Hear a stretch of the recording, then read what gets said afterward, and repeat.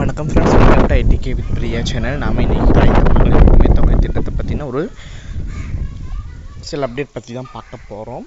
So அதற்கு முன்னாடி நீங்கள் எப்போ தான் நம்ம சேனலுக்கு முதல் முறையாக வரீங்க அப்படின்னா லைக் பண்ணிவிட்டு ஷேர் பண்ணிவிட்டு சப்ஸ்கிரைப் பண்ணிவிட்டு வந்துடுங்க ஃப்ரெண்ட்ஸ்.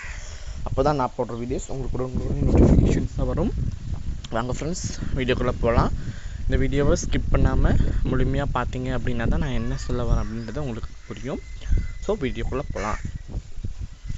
இப்போ கலைஞர் மகளிர் உரிமை தொகை திட்டத்தில் போன வருஷமே ஆகஸ்ட் மாதத்தில் செப்டம்பர் மாதத்துலேருந்து நம்மளுக்கு பார்த்திங்கன்னா ஊக்கத்தொகையானது வந்துட்டுருக்கு. அதற்கு நம்மளுடைய இல்லம் தேடி கல்வி தன்னார்வர்கள் தான் டேட்டா என்ட்ரி செஞ்சு வேலையெல்லாம் சிறப்பாக செஞ்சாங்க. ஸோ அதுலேயும் முதல்வருக்கு கோரிக்கை வச்சாங்க, என்ன அப்படின்னா எங்களுக்கெல்லாம் கிடைக்கல, நாங்கள் நீங்கள் சொல்லியிருந்த கட்டுப்பாட்டுக்கு கீழே தான் இருக்கும். ஸோ ஆனாலும் எங்களுக்கு தொகை எதுவுமே வரல அப்படின்னு சொல்லிட்டு மேல்முறையீடு பண்ணது.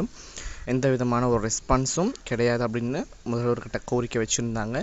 ஸோ அது மட்டும் இல்லாமல் புதிய ரேஷன் கார்டு கொடுக்காமல் இருக்கிறாங்க. ஸோ இப்போ திருமணமானவங்களுக்கும் ஹெல்ப்ஃபுல்லான ஒரு தகவல் தான் ஷேர் பண்ணியிருக்காங்க. ஸோ என்ன அப்படின்னா, மறுபடியும் கலைஞர் மகளிர் உரிமை தொகை திட்டத்துக்கு விண்ணப்பத்தை கொடுத்து ஸோ அதில் விண்ணப்பிச்சும், அதாவது போன வருடம் விண்ணப்பித்து கிடைக்காதவர்களும் புதிதாக திருமணமானவர்களும் அதாவது இப்போ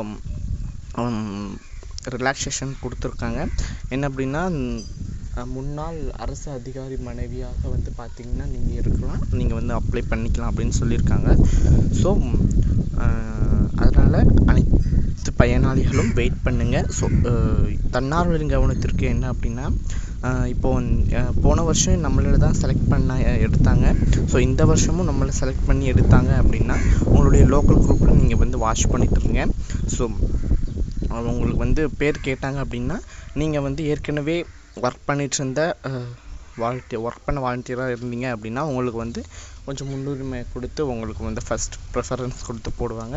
ஸோ புதுசாக நீங்கள் இப்போ தான் பேர் கொடுக்குறீங்க அப்படின்னா உங்களுக்கு கொஞ்சம் வெயிட் பண்ணி தான் கிடைக்கும். ஸோ உங்களுடைய லோக்கல் குரூப்பை நீங்கள் வாட்ச் பண்ணிட்டுருங்க.